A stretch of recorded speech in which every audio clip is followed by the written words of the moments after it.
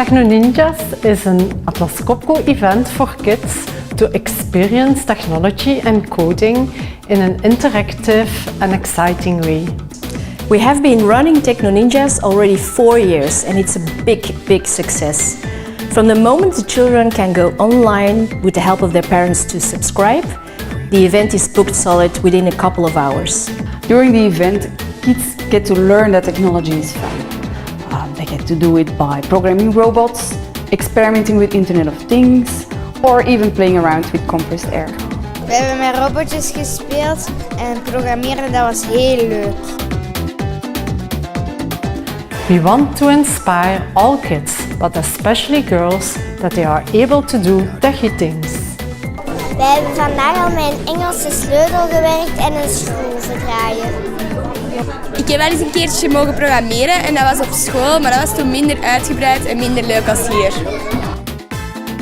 We also contributed to an episode on compressed air of the Ava and Trix game, which is actually an app everyone can install, and it teaches kids technology through gamification. The developers of the app made a fun story and some very appealing graphics. We as compressed air specialists made sure that the engineering and the physics were perfect.